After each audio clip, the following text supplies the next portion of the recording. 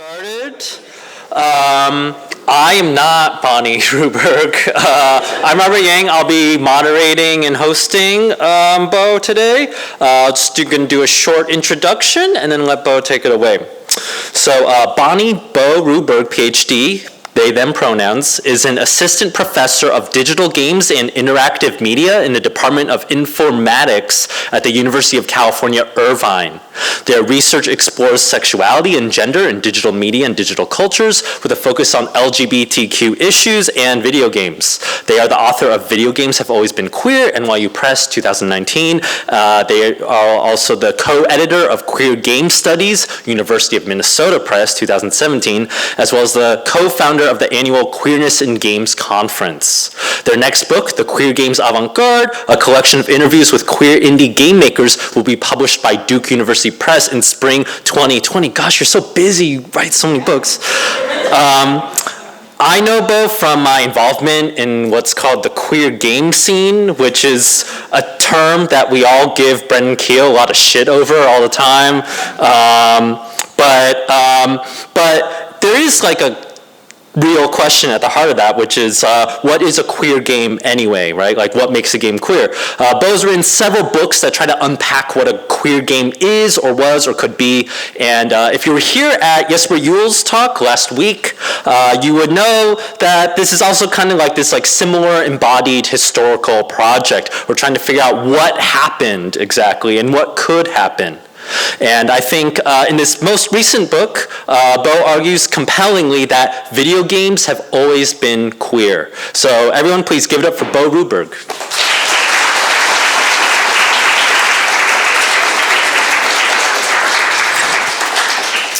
Awesome, thanks so much for that introduction. Thanks for being here. Thanks to the Game Center for having me. It's really lovely to be here. I know some of you out there and it's great to see you here tonight.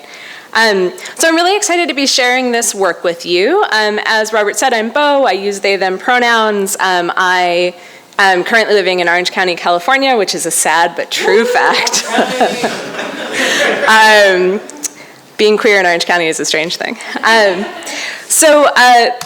Please feel free to tweet during this talk if that's something that you do. It's always nice to be explicit about that. You're also welcome to take photos. If there are slides you want to capture something, that is absolutely fine as well. So I have this new book, Video Games Have Always Been Queer. It came out earlier this year, and this is primarily what I'm going to be talking to you about is work from this book. But I'm also going to be kind of walking you through some new research I'm exploring that I think takes this work in interesting directions. I do have some copies here I'm allowed to sell you for a discount. I can draw you a silly picture in place of a signature, so help me not carry these back to California and come get one after the talk. So in addition to talking specifically about this book, I want to kind of unpack with you this intersection between LGBT issues and video games, and kind of how we can think about queerness in relation to games in a way that lets us kind of reimagine games themselves. So before diving into that, it's helpful to hear just a little bit more about my own background to kind of give you some situated understanding of where I'm coming from. So I like to think about myself as kind of a fruit salad of scholarly backgrounds. So I am trained as a humanist. I have my PhD in comparative literature from Berkeley. I've worked in departments that are focused on game design and game development. I'm currently in a school of computer science. I'm often speaking with industry. I teach game design. So there's kind of all of these things all wrapped up together. It's also really important to me that the work that I'm doing is founded in intersectional feminist frameworks. So for me, even when I'm doing academic work, it's super important that it's still promoting social justice, and that's for LGBT folks, but also for women, for people of color, for people with disabilities, people of different socioeconomic classes. It's all these folks who have been kind of traditionally marginalized in and through games and digital media. So given that, here's kind of the plan. Here's what I'm going to talk you through. So I'll talk about these two things, queerness and video games, kind of what they are and what do we find at the place where they intersect. I'm going to walk you through the core argument of the book, which is roughly that all video games, even ones that don't appear to have any LGBT people or stories in them, can still be queer. I'm going to highlight kind of three main ways that I think about finding queerness in games in ways that go beyond representation. So that's through interpretation, through play, and through design. And I think for this audience, I'm going to try and really focus on that design piece of it. And then I'll talk to you about some new directions that this work is taking. And specifically, I've been looking more and more at queerness and the kind of underlying computational technologies that video games are built on. It's worth thinking too, as we're talking now and as I talk to Robert later, about what the stakes of this kind of work are and what the design takeaways would be. So I'm going to keep thinking too about how it is that even though this work can seem really theoretical, it actually has very real implications for how games get made and also who they get made for. Okay, so we have these two things, right? We have video games and queerness. What do those mean, right? It's worth taking a second to kind of step back and break down what we mean. So I know that in this room it seems really strange to ask you what video games are. But it's actually not as silly a question as it sounds, and here's why. So there are a lot of people out there for whom video games still mean first-person shooters, they still mean Grand Theft Auto, right? Things that involve a lot of violence or misogynistic representations of women. There are plenty of games that are like that, but of course, as we know here, there are lots and lots and lots of other things that we can think about when we think about games, right? These are just some of my favorite from last year. But there's a whole world of other things out there, right? We have indie, we have casual, we have puzzle games, we have narrative games. And why it's important to state explicitly that I'm talking about those two is that if we don't make it really clear that we think about all these things as games, then we end up kind of replicating this discriminatory idea that only certain things get to count as video games. So it's not just the games that are made for the hardcore players, it's not just games that are made for white, cis, straight gamer bros that get to count as video games.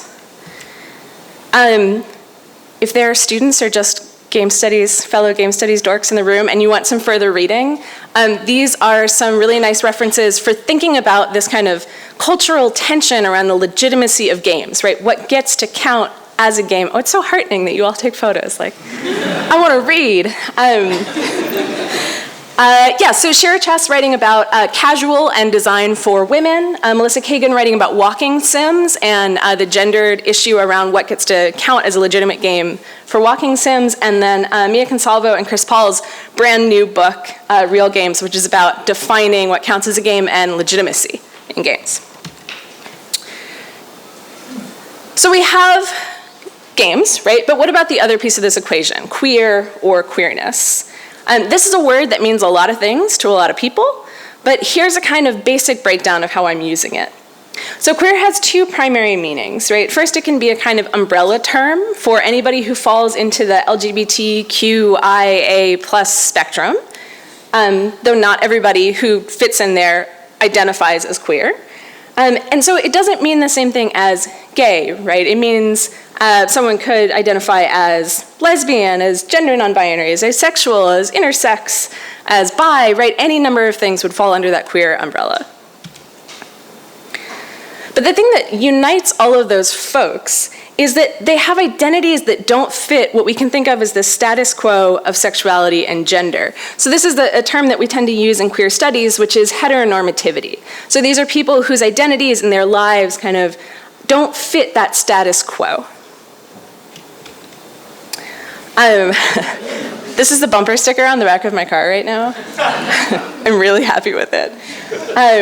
So I also like to clarify this because for people coming from different backgrounds, this is sometimes a sticking point. So even though queer was originally a derogatory term, it's been largely reclaimed. That's not necessarily true in every case. But when I'm using it in the sense that a lot of people feel pride and attachment to this term queer. So we have the queer in terms of identity, right? But we also have this second sense of queerness, and this is the slightly more conceptual or academic meaning. So when we talk about queerness this way, we're talking about an ethos. It's a kind of way of being or a way of doing something that resists or rejects or maybe even dismantles oppressive norms of sexuality and gender. So if we think about queerness that way, something can be queer or it can be queered or it can be done queerly. We have lots of possibilities. This type of queerness is really notoriously hard to define. So here's just a few different ways that people have defined it, so you get kind of a constellation of what this might mean. Right? Mel Chen says, queerness is the exceptions to the conventional ordering of sex, reproduction, and intimacy. Jose Munoz says, queerness is a rejection of a here and now and an insistence on the possibility for another world. Jack Halberstam says, queerness is a basic desire to live life otherwise. So this second meaning of queerness can sound abstract, right? But it's important to remember as we think about this in relation to games that it's always rooted in real queer lives and also in real queer radical politics. So it's something, the stakes of it are something that we want to keep in mind. Okay, so we have video games, right? We have queerness. So what happens when they meet? What's going on at that intersection?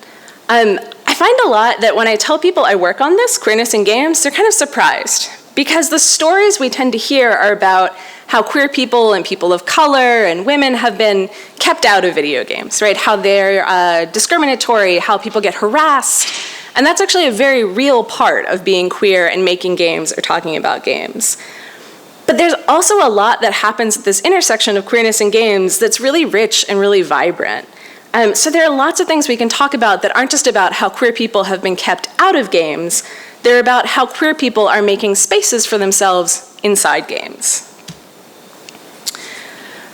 So some of the things we could talk about, right? This intersection of queerness and games. One of the things that comes up most often is the idea of LGBT representation.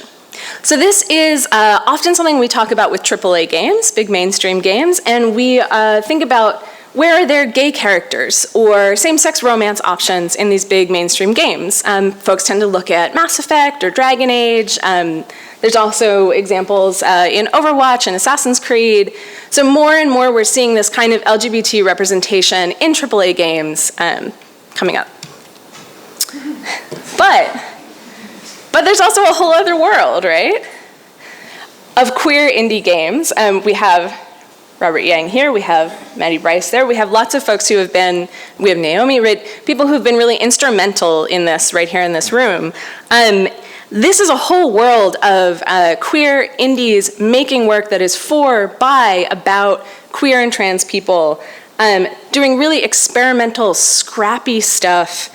You know, it used to be that folks knew, I think Maddie knew Anthropy, knew Robert, but there are also just dozens, and at this point hundreds of queer indies out there making some really amazing stuff. We also have these inclusive communities that are growing up around queerness in games. So along with Maddie, I'm one of the co-founders of the Queerness in Games Conference, which is now entering its 6th year. But we also have events like Different Games, Game Devs of Color, places where people who are different are brought together around games to form community. We can think about the place of queer folks and trans folks in games history. So there's this idea that queerness in games is new, right? That we're starting to see increased representation, more queer creators, but that's not exactly the whole story. Because there have actually been queer and trans folks making games and appearing in games since the 70s, right? Since the commercial beginnings of video games. So this is a poster for the Rainbow Arcade, which was an exhibit in Berlin organized by Adrian Shaw that was entirely about the queer history of games. So there's a whole history there we can think about. So there's all that. But then there's another piece of the equation, and this is kind of where my own work comes in, and that's thinking about how games themselves can be queer. So what do I mean by that, right? I mean that games can resist dominant norms of sexuality and gender. Queerness in games can mean more than just the representation of LGBT characters or same-sex romance. Queerness can be expressed through how we design, play, or understand video games. So that might sound kind of academic, right? But the context for that is actually pretty controversial. There are a lot of us who've been made to feel really unwelcome in games. So when we make this claim, it's also a political claim. Arguing for the way that video games can be queer beyond representation, or kind of reimagining what representation means, is a way to lay claim to the medium of video games itself, right? We're in this moment where the culture that surrounds games is just increasingly visibly hostile towards diversity. And in that moment, there's a power to saying, you know what, video games have queer potential, right? We're reclaiming them because it's a way to say queer people have always belonged in video games because video games have always been queer. All right, so how do we do this? How do we look at games and find this queer potential? So I mentioned that there are 3 ways I was going to talk about: interpretation, play, and design. So let's start with interpretation. So queer interpretation is kind of like the way that you would interpret a piece of film or a piece of literature, right? It means taking lenses, ways of seeing that are shaped by queer experience, and using them to look at video games in new ways. So you're kind of taking a game and reading between the lines. You're like getting up close to it, and you're seeing how it resonates with the experiences of sexuality and gender. There's a ton of precedent for this in other areas, but in game studies, it's still relatively new. Because often we encounter these gamers who want to defend games as straight because they insist that queer interpretation is reading too much into things. I kind of like that as an insult, reading too much into things, because that's actually the point, right? The point is to kind of get beneath the surface of a game. So queer interpretation isn't interested in the intentions of a game's developers. It's not interested in what the right way to understand a game is. It's about finding alternative meaning. So let's see how this plays out. Let's look at a game and see how it can show us what it means to find queerness through interpretation. So this is one of my favorite games. This is Octodad. Has anyone played Octodad? Yes, okay. Thank you, enthusiastic nods. Octodad is an indie game from a studio called Young Horses. It came out in 2014. It has become kind of a cult hit. And the idea behind this game is that you play as an octopus who's trying to pose as a human man. So the tagline for the game is loving father, caring husband, secret octopus. And that actually sums things up pretty nicely. So to progress, what you're trying to do is you're trying to complete these everyday dadly tasks. You need to mow the lawn or flip burgers, and you have to do it without arousing suspicion. So your goal, Octodad's goal, right, is to convince the people around him, and especially his family, and this is his family here, to convince them that he's just a normal suburban dad. That's actually really hard, though. And surprisingly, it's not hard because people notice you, right? Like no one seems to notice that you're just an octopus in a suit. The thing that makes it hard is the controls. So each of Octodad's tentacles are kind of mapped onto arms, legs, and then they're controlled individually by different, depending what you're playing on, different buttons, different keys. You can kind of see that here in the tutorial for the original 360 version. So this is a game that's awkward intentionally, right? It's designed to be awkward. It's designed to be hard to control.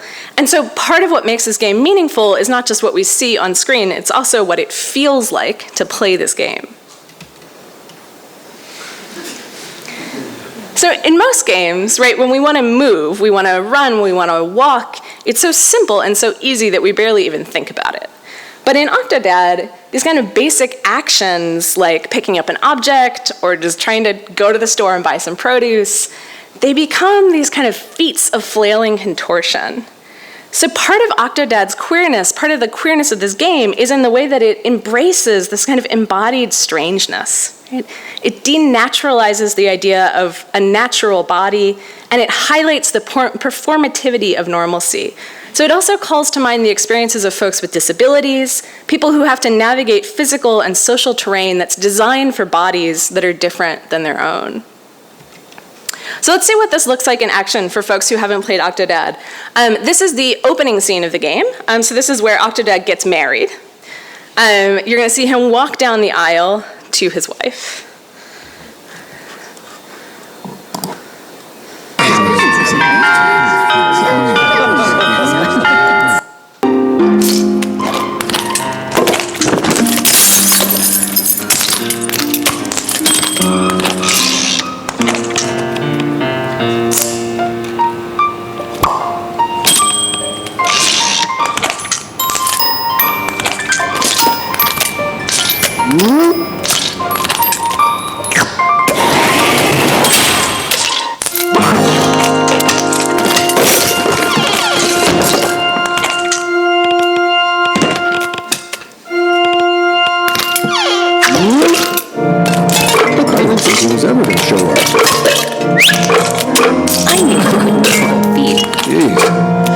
rated E.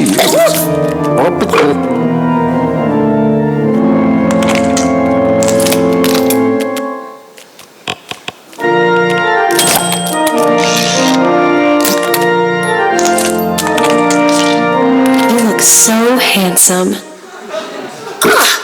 Ow! Ow!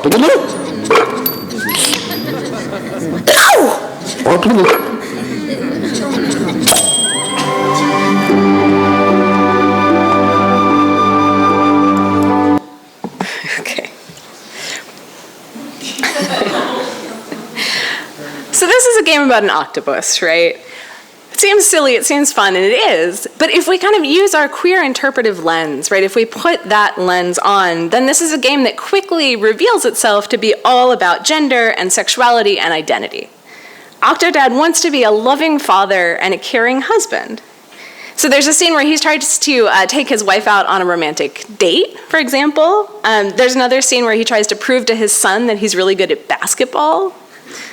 So these are all objectives that relate to performing straight masculinity. So when we think about it this way, Octodad becomes a game about passing, right? And when we talk about passing, we're talking about succeeding in being seen in a certain way. So it could be being seen as straight, being seen as cisgender, being seen as white. But this is a game where Octodad's trying to pass as human. So when we approach the game this way, right, through this interpretive lens, the octopusness of Octodad becomes a kind of metaphor. It stands in for all those things about ourselves that we feel like we have to hide in order to fit into normative society, even when those things are so core to who we are that pretending that's not us is absurd.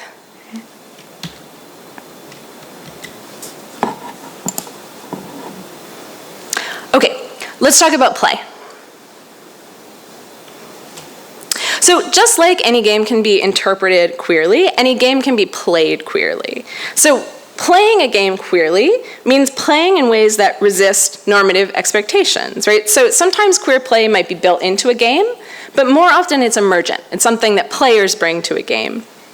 In my experience, queer play tends to look like playing the wrong way, because you're following your own logic of desire, right? And what I mean by that is you're coming to a game and you're following your own reasons for why you want to play and what is pleasurable to you about playing.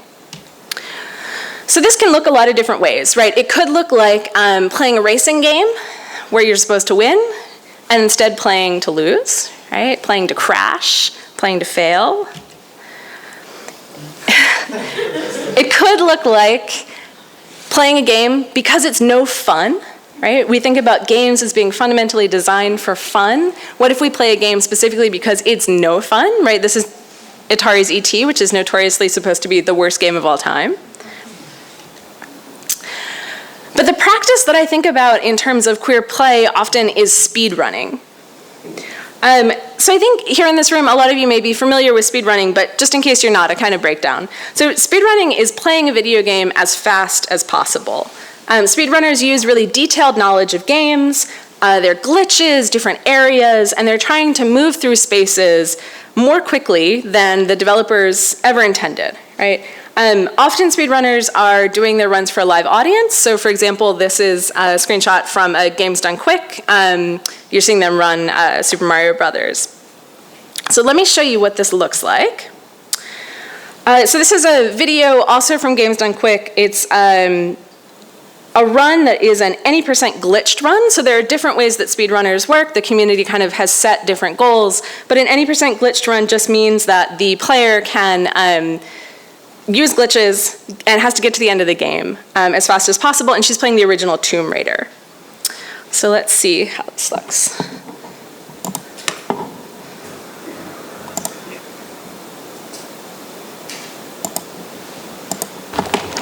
We actually have a super fun glitch coming up, which I'm excited about. Hopefully I get it first time.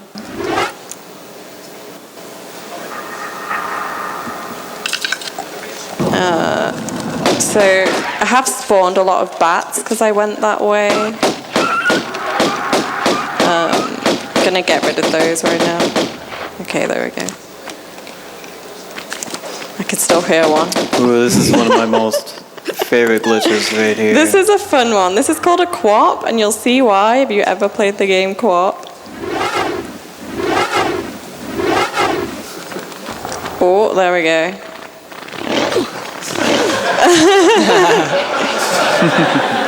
She on them wheelie shoes now. Oh yeah. Straight under. This skips a lot of the level, thankfully. It's like, wait, what? Yeah, I know. Did I just miss something? That glitch is a lot of fun. We have another one coming up as well later in the run. So you can say that this speedrunner, she knows this game super well, right? Super intimately. She knows exactly what pixel to stand on. She's optimizing in all these ways. Like you see her jumping because that's faster than running. So it's a really close, intimate knowledge of a game. So speedrunning is an interesting practice, right? Because it's a kind of practice of contradictions. So on the one hand, it's competitive. People are competing for the best time, but it's collaborative. The community is sharing information. It's about following these really precise instructions, like the exact place to stand, but it's also creative.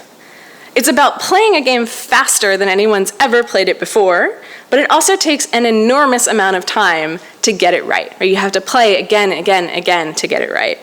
It's also really complicated in terms of culture. So in some ways, speedrunning is more inclusive than other kind of competitive areas of gaming. For example, there are many more well-known transgender speedrunners than folks in the esports community. Narcissa Wright, for example, is one of those. But those same women have often faced discrimination and harassment from within speedrunning communities. But the thing that makes speedrunning arguably a queer play practice is its relationship to time. So here's where we get a little bit of queer theory. So time is a topic that comes up in a lot of queer theory. Folks like Heather Love and Elizabeth Freeman have written whole books about it. And the idea is that our concept of time is partially a social construct, that there's a kind of close relationship between temporality and heteronormativity. And this is what gets called in queer theory chrononormativity. So it's the idea that we're supposed to live our lives according to what's called a, quote, carefully syncopated, coordinated tempo of life events. So if you think about things like you're supposed to hit puberty, right? You're supposed to get married, you're supposed to have kids, there's a certain order and a certain pace. But video games have their own chrononormativity, right? They have their own standards for how long a certain type of game is supposed to take, for how quickly we're supposed to move forward, kind of what areas we're supposed to hit in what order, and speedrunners reject that. Right? They move through areas really quickly where they're supposed to be cautious, or they use glitches to jump from place to place, right? So in that run that you saw, even just in that little clip of it, we're in multiple different areas we're jumping between through glitches. So speedrunners reject that chrononormativity. They set their own terms for what it means to play a game and at what speed. But speedrunning is also interesting because I think it highlights some of these tensions around the idea of queer play and queerness in games more generally. Because it's worth asking ourselves, when we look at this picture, right, is this the picture of queerness? And by that I mean, if you look at this audience, right, there are some folks of color here, but the speedrunning community is still largely straight, cis men and boys, right? So the question comes up, what does it mean to talk about play as transformative if the players in question are normative, right? What does it mean to talk about speedrunning as queer if that's not how the people who play identify, if that's not how they identify their play practice, right? What does it mean to look for the queer potential in games that have been designed with hegemonic intentions? And I think that question, there's not a simple answer, right? It can be both things at once. So a game can be normative and transformative. Playing can be normative and transformative. It's a fundamentally messy relationship. So there's a book by Donna Haraway called Staying with the Trouble, and the idea that I think is really useful from that is that we have to kind of sit with that tension, right? We have to identify that friction, and we have to see that the games we play and the games we make have the potential to both be radical and to be normative. So let's talk about design. Okay, so what do I mean by queer design, queer game design? Queer design is using game mechanics and other design elements, right? So any of the kind of actual interactive rule-based components of games to challenge normative expectations about gender and sexuality. So I was saying that queer play often isn't intended by the designer, but sometimes queer design isn't intended by the designer either. But for the purposes of thinking it through here, I'm going to focus on games that have been intentionally designed with queer mechanics. So a lot of the best examples of this come out of this kind of world of queer indies. We won't say queer game scene, we'll say loose constellation of something, something. But this kind of world of queer indie game makers. Someone who's really been leading the way in this way is Avery Alder, who is a tabletop designer. Her best known game is the Monster Hearts, so that's Monster Hearts 2, but the Monster Hearts games. And Avery's work is really great for using analog game design elements like a dice roll to think about how mechanics can express queer desire. So in Monster Hearts, you don't get to control who you desire, you don't get to control who you're attracted to, it happens by a roll of the dice. So thinking about how we can map those mechanics onto queer experience. But the game that I want to kind of focus in on more in terms of queer design is this one. So this is Realistic Kissing Simulator. Has anyone played Realistic Kissing Simulator? Yeah. So this game was released in 2014. It was made by two queer indies, Lauren Schmidt and Jimmy Andrews. It's a two-player game. So how it works is that two people stand side by side at the same keyboard. Each person controls one of these faces, so you're either the purple or the green face. You have two keys. The game really focuses on consent. So you have to agree to kiss, and then you can stop kissing at any time. What you're doing when you play is you're controlling these long, floppy tongues. So you can poke one another in the eye, you can poke each other in the nose, you can like wriggle into each other's mouths. And Andrews and Schmidt intentionally designed this game to be goalless. So this is the word they use, goalless. There are no instructions for what players are supposed to accomplish. There's no way to win or lose. There are no points. There's no win state, right? You can play for just a second, or you can play indefinitely. So let's look at what this looks like. You have to imagine two people kind of squished up against each other here at a keyboard.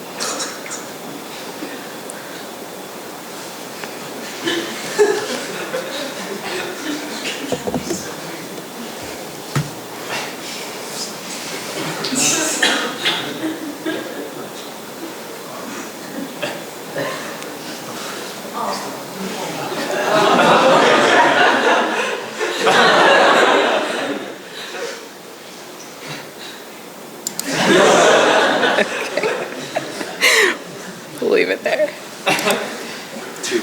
Too real.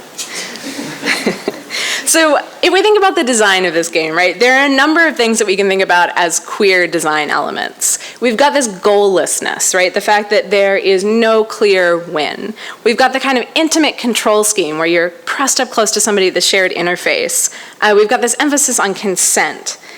I like about this game that it challenges this assumption that video games, and by extension sex, or other forms of intimate contact should have a win state, right, or a pre-prescribed ending. So I think about this game as enacting de-gamification. So this is an idea I pull in part from Andy McClure. And what I mean by de-gamification is kind of the opposite of gamification. So you probably know gamification, which is this idea that you can kind of transform life or work into a game by using points, incentives, things like that. But de-gamification identifies those things about life and about mainstream society that are already problematically gamified and it seeks to liberate them from those culturally imposed game-like structures. So what I mean by that is heteronormativity, right? Those norms of gender and sexuality, they tell us that sex is already a game we're supposed to try to win. But Realistic Kissing Simulator uses that queer design to strip that away, right? It transforms kissing back into a form of play that's free-form and unwinnable. So I had a chance to interview Jimmy Andrews and Lauren Schmidt about this project a couple years ago, and I wanted to know specifically from their perspective as queer and trans designers, were they thinking about those experiences when they designed this game? Here's what Lauren said. So this is a kind of long quote, but I think it's a good one, so I'm going to read it to you. They said, "Queerness is very much where I'm coming from. The design of the game is rooted in my own experiences with sex. My games are influenced by my identity because that's the life I have to create from. The experience of the weirdness of having a body and trying to interface with someone else intimately, for me, comes very much from being trans and experiencing dysphoria. Apparently, the game is relatable for a lot of people, though. People often tell me that the game reminds them of learning how to kiss for the first time. These awkward attempts at figuring out how to move your parts together." So what I really like about this quote is it shows us two things, right? It shows us, one, that queer experience that Jimmy and Lauren are designing from really did influence how they created the interactive experience of the game. I also really love this idea that even though this game seems so unrealistic, right? That seems like that's the joke of this game, that actually there is something real here, right? There's something real that's captured in the feeling of kissing, as if kissing itself is a kind of queer activity. So that's where the book ends, kind of wraps up, but I'm gonna give you one more little chunk of research I've been exploring before I pass over to our conversation with Robert.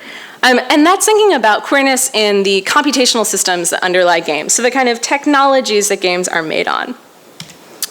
There's been a lot of interest in the last few years in the study of code, the study of platform. That's super great. But I think when we talk about games, we need to be thinking more about development engines. So you probably know what development engines are, right? These are the kind of toolkits that we use to build games, right? They kind of set the terms for what games can look like and what they can do. If you haven't played Emotica, it allows you to make games, entire games out of emoji. I highly recommend it. So within development engines, what I'm particularly interested in is physics, and I know, Robert, you are too. Tell you are too, yeah. So physics engines determine how bodies and objects move in games, right? They affect things like gravity, what happens when objects touch, all of these things that make gameplay feel tangible and feel embodied.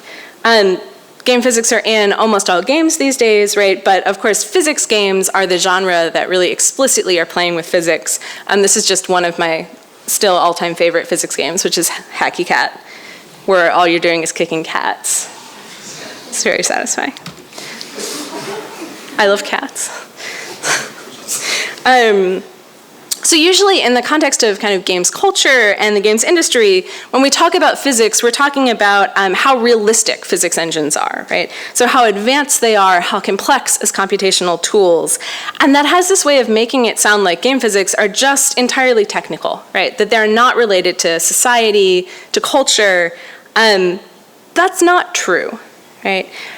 In part because game physics, as we know them today, are really closely tied to issues of gender and sexuality. There's a specific kind of physics that has been a behind-the-scenes driver of technological innovation in this area for decades, okay? And that's breast physics.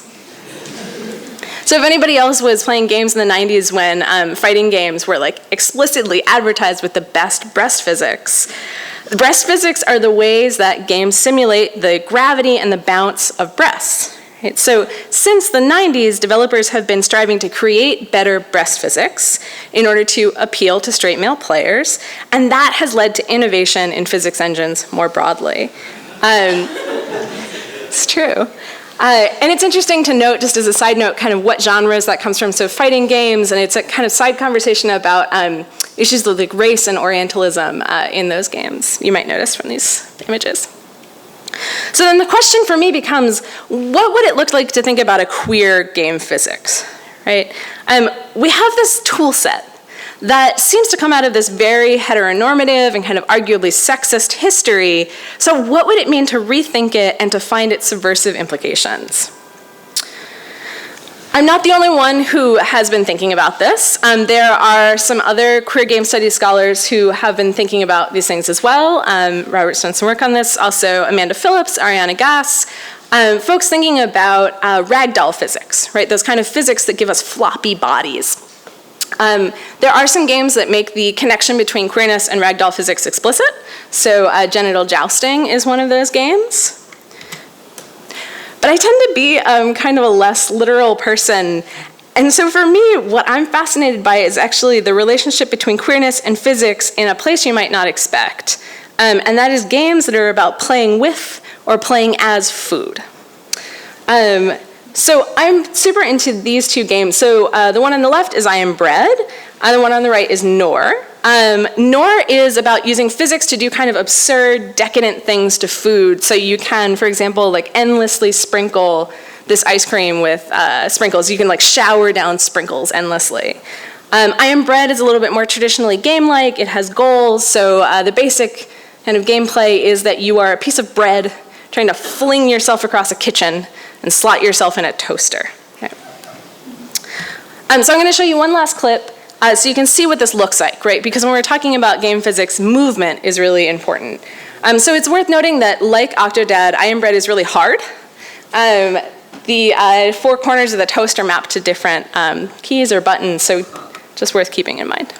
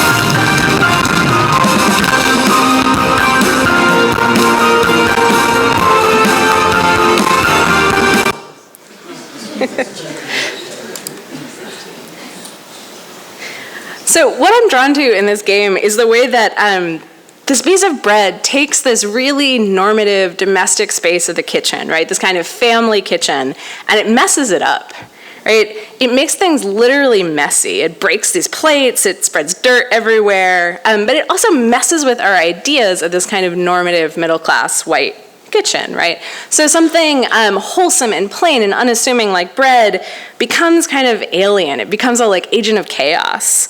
It makes this kitchen a grimy obstacle course. And in the meantime, we're going past these kind of markers of what we would think of in queer theory as reproductive family life, right? We've got like the kids' magnets on the fridge. They become like ironic scenery in this spectacle of queerness. And that's where I come back to physics, right? Because what makes this game queer, what makes this game non-normative, is the way that that bread moves, right? It's got that like baloney-like wobble to it. So it's physics that make the queer meaning of this game possible. So you might have noticed as I've been going through these examples that I started telling you about kind of some very serious things, right? About how queer people have been left out of games, how queer people are harassed, but that the examples I've been showing you are not very serious and heavy games, right? And that's very much on purpose. I think when people think about queerness in games, they think that we have to tell very heavy stories about loss and sadness, but there's a long history of comedy and camp in queer art, and there are many ways to tell stories about queer people that are not about loss, right? That are about joy and happiness too. So for folks who design games in the room, one of the things I would leave you with is to think about this idea that a game doesn't have to be serious to have serious meaning, right? So it doesn't have to be heavy in that way to still be meaningful to queer people. Because there are real people out there. Oh, hey, Maddie, you're on this slide. There are real queer people out there this matters to a lot, right? So when you think back to this talk, when you think back to these ideas of queerness in games, I just want you to remember that for a lot of folks, reclaiming video games in this way can mean a great deal, right? This is where coming back to being a queer community organizer is important. So an event like the Queerness in Games Conference, which has run for the last 6 years, it brings together hundreds of queer folks from around the world. And for people like these, for people like me, right, the stakes of insisting that queerness has a place in video games are very present and very real. So even when this work is conceptual, it's about laying the groundwork so that living, breathing LGBT people can exist safely and joyfully in video games. Thanks.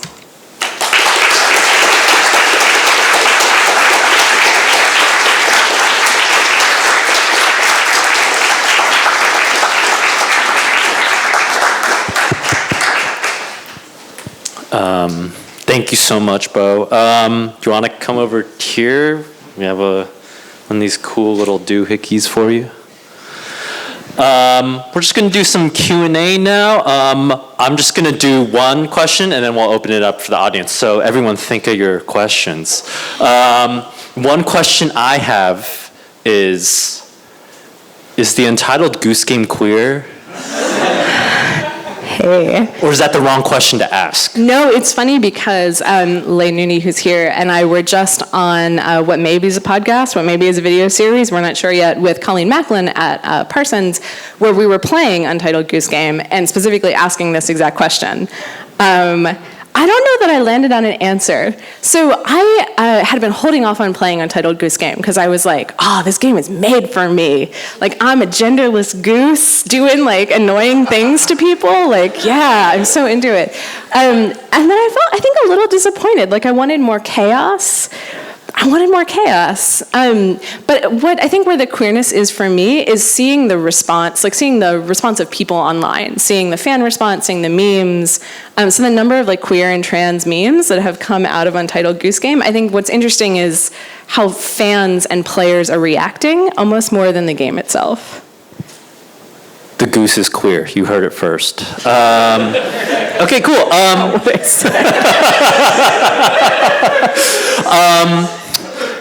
I'd just like to open it up then for real questions, not just my silly question. Yes. Hey there. Great talk. Thank you. So I have a question. I don't know if this has been done already, but are you familiar with the celluloid closet, the book? Is there like a celluloid closet book or analysis to be written about games? So like this kind of like sneaking in queer mechanics, queer representations, but kind of like by queer developers that might not be obvious, or was kind of like right in front of your face, and you know, people have not realized until later. I mean, I know, for example, Voldo in Soul Calibur was that kind of like character that people was like, yes, this is, you know, this is our people, right? So I don't know if that's written already, or like if there's like research being done on that, or like what, or if there's no room for like the celluloid cartridge, I don't know how you would call it. Yeah, Robert, come back. I'm lonely up here. Oh, sorry. Oh, you're doing the mic. Okay, cool. Yeah, so it's an interesting question. So maybe to like phrase that slightly differently, are there people writing about, or could we write about kind of games history from the perspective of queer folks working in games who have like slipped in content or content that's appeared in games that is queer that we kind of like have passed over and don't think about that way? Sure, yeah. I mean, I think queerness in games history is something that people are definitely working on, but there's a lot more to do. And I think one angle, people have been thinking about like where are queer folks and trans folks in that history, but there's another angle that's like, you know, queer folks and trans folks in big studios, like how have you gotten things past, you know? There are people thinking about how you can do it today. There's a great GDC talk on the Vault called How to Subversively Queer Your Game. largely about working within studios and bringing in queer content. But I think there's a lot of that games history that's still out there to be written.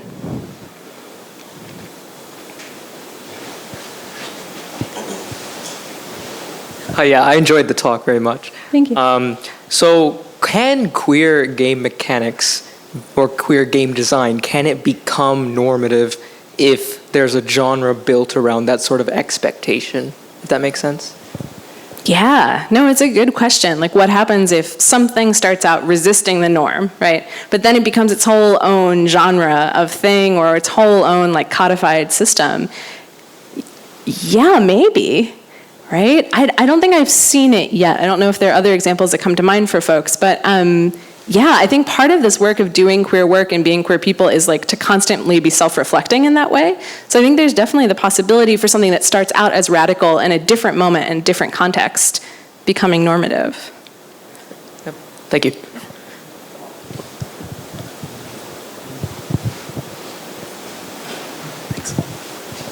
Hi, this is less about queer representation and more about reactions to like poor representation. So I see this in like fighting games a lot. Do you have thoughts or can you speak on the idea of like if you see a fighting game that you like, but the representation specifically of like women is like really misogynistic, is the answer to sort of boycott it altogether? Is the answer to be open with your dialogue about it? Like, just I want to hear your thoughts about that. Yeah, so it's an interesting question. It's got a broader question, which is like what happens when the thing you love is problematic? You know, like I think that happens to a lot of us, right? That whether it's games or other things we love, that there's something that we know should be better. I think in some ways it's a personal choice. Like I think if there was a game that came out that had really like sexist representations of women, right? I think we should call that out. I think we should be vocal about that. I think we should think together as a community about do we want to pour money into that or not? But I don't think it means that like everyone has to stop playing everything, right? That there are other ways to be aware, there's other ways to make more content. I think the problem is when we say, oh, it doesn't matter, right? It's just a game. So we don't have to worry too much about that. That's when all of a sudden the kind of conversation shuts down and we hit real problems.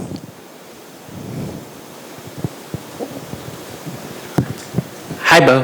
Hey. Thanks so much for coming and speaking tonight. I'm wondering if, like, in this, like, sort of climate right now, where a lot of AAA studios are feeling like sometimes maybe obligated to give lip service to queer players, that we're like kind of stuck or like have plateaued at like the kind of representation that Assassin's Creed offered, which is like, yeah, you can be gay, but you don't have to be, because if you don't want to be gay, you definitely shouldn't be, because that would be bad. How do you think like we, as folks who are primarily around the indie side of the industry, kind of bubble upwards and convince AAA studios to kind of lean into more like uncompromising queer representation in games? Yeah, the uncompromising part is the interesting part of that. So often conversations with folks at AAA studios, you can make, it's a gross argument, but often an argument that works to be like, if you just had more queer content in here, you could sell to more queer players, right? You have a market, you have people who will buy your game if you just put in more queer content. But usually then how that ends up going, right, is queer options. Like you could choose those romance options, or it's like Overwatch or whatever, and you could choose to play a certain people. But putting people in the situation where that's the game they're playing, right? That it's not about having a choice, it's about that's what they're playing, that's a harder sell. I don't think I have a good answer for how to move AAA on that. I think it's like precedent, like if there are games that maybe are at kind of a medium-sized level, that works and they sell well, it's like money, it's money all the way down with industry at that level, you know? One option is to say, forget AAA, right? And then go do the awesome indie stuff that y'all are doing. I'm just following where the mic goes. Hi, I'm Neves. Sorry about that. My question is mostly as a bit of a straight male kind of thing, but how can we design games to be more socially conscious for queer characteristics and queer representation in a market that does it very biasly? Yeah, can you say a little bit more what you mean about that, like the market bias? What are you thinking of there? Well, what I mean by that is I see a lot of games interpret females in sometimes very sexual and somewhat inaccurate ways for what a normal female would do, especially in the sub-communities they could be representing or could be involved in games. And as I design games based off narrative, I want to learn I want to learn how to properly make stories and actually tell accurate representations of circumstances that are queer characteristics and accurate representation. Yeah, thanks. So one thing that I think is always a good idea is if you want to tell a certain kind of story or represent a certain kind of person, to bring that person into your design and development process. If you have money, please give them money. Marginalized people should be paid for their work. But it's just to say that it's hard, right, when you're coming from one identity position to represent accurately and respectfully the experiences that aren't your experiences. So to the extent that you can, right, because of time, because of resources, like to have those folks be part, and not just at the end, right, not just kind of checking it out and seeing if it's okay, but like to be part of your creative process, I think is a good place to start. We have time for a few more questions. Oh, sorry. Come up right here.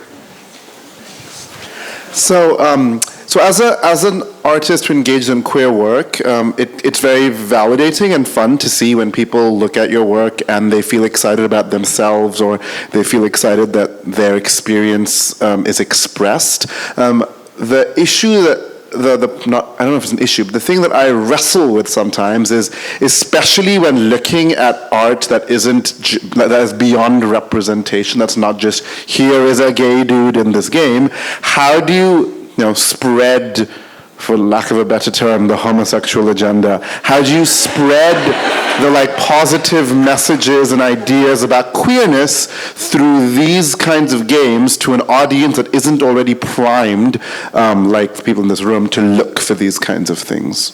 Yeah, so I think the question is a really good one of I'm totally on board for the gay agenda. And for the Queerness and Games Conference for a long time, all of our meeting agendas, all will say at the top, the gay agenda.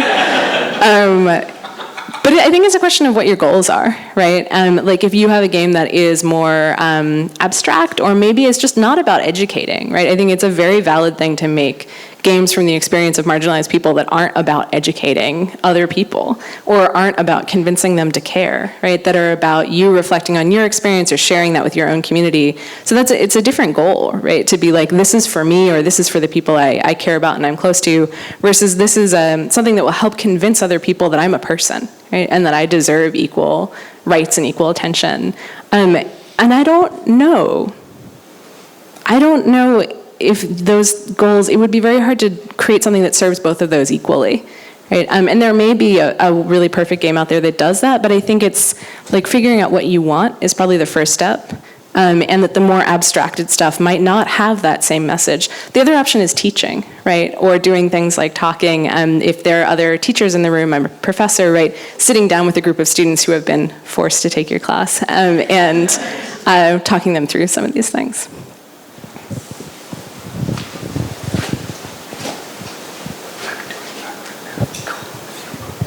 Thank you. That's convenient because I had a question about teaching. So I thought it would be a good follow along. So you said you teach game design, and I was just curious how this would percolate into your teaching practice as far as goes the idea of design, not just talking about queer video games, but maybe a teaching practice that designs in a queerly pedagogical approach to doing design and thinking about games from a queer perspective from the ground up as a game design student. Yeah, thanks. So I have taught design in a couple of different contexts at USC and at UC Berkeley.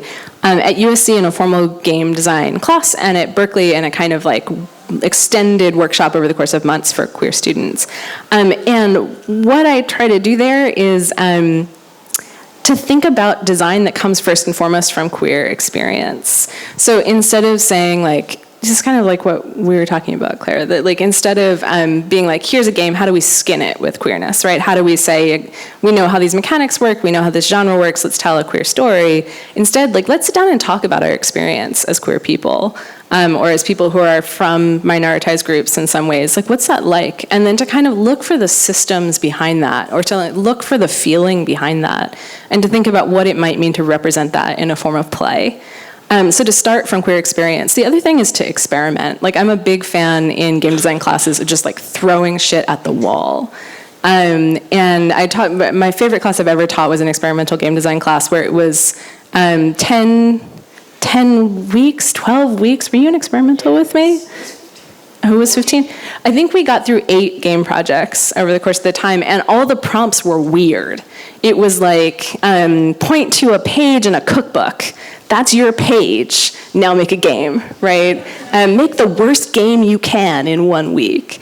And some really interesting queer stuff comes out of that because you don't have time to think and overthink. You just have time to pull from your own weird, raw self. It was good.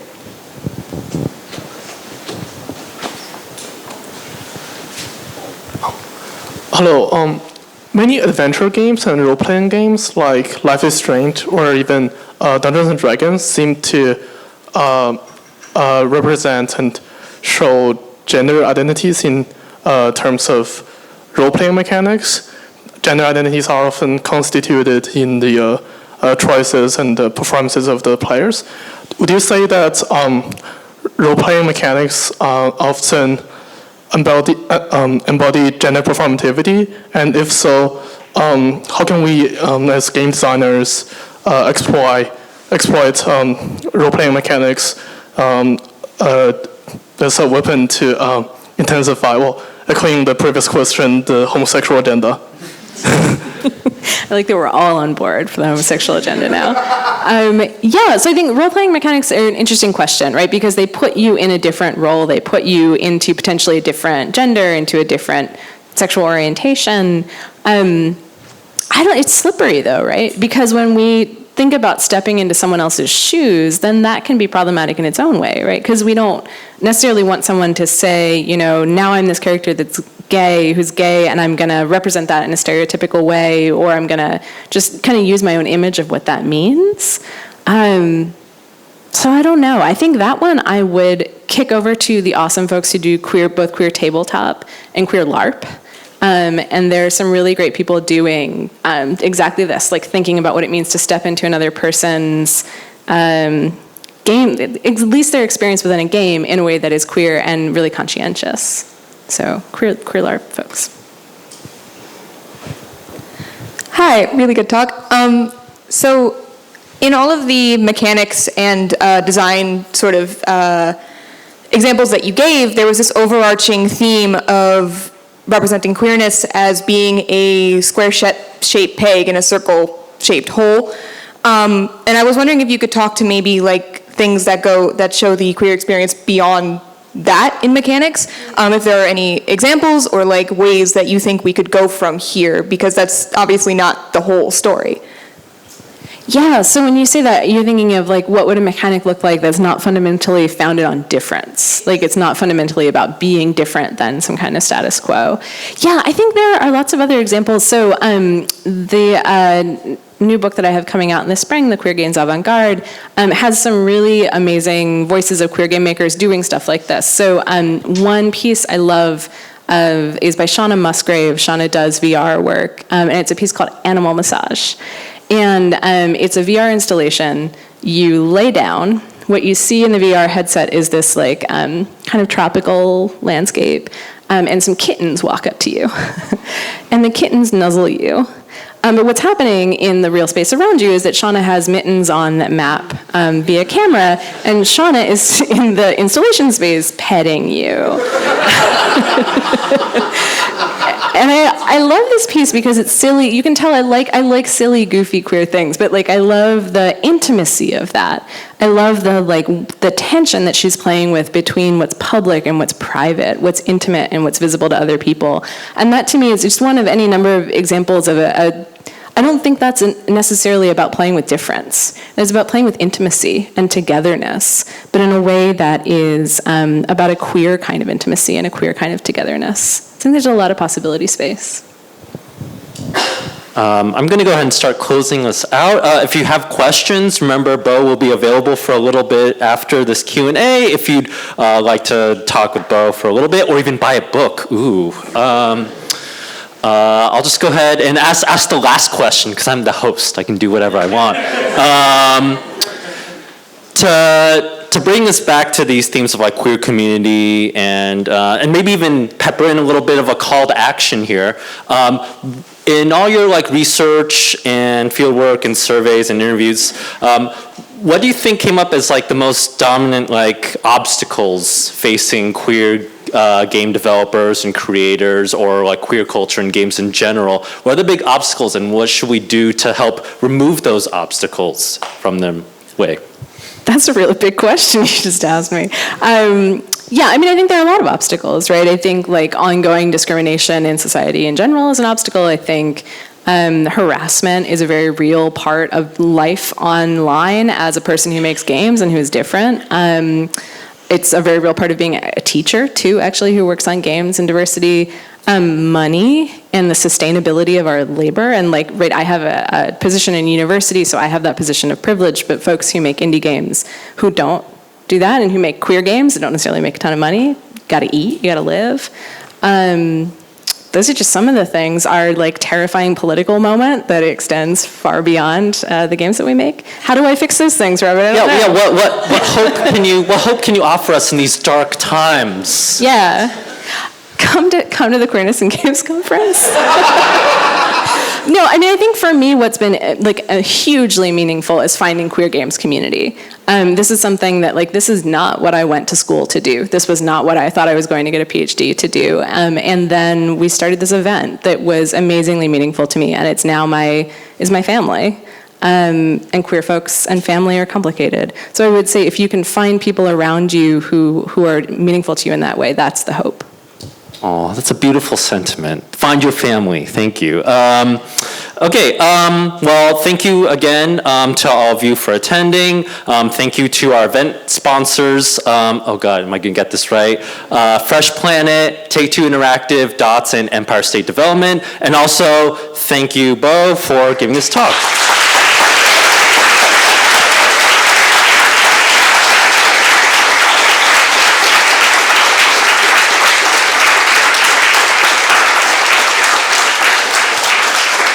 Thanks everyone for coming. I think Bo will be over here if you'd like to talk to them. But have a good rest of your night, and see you for our next lecture series events. Thank you.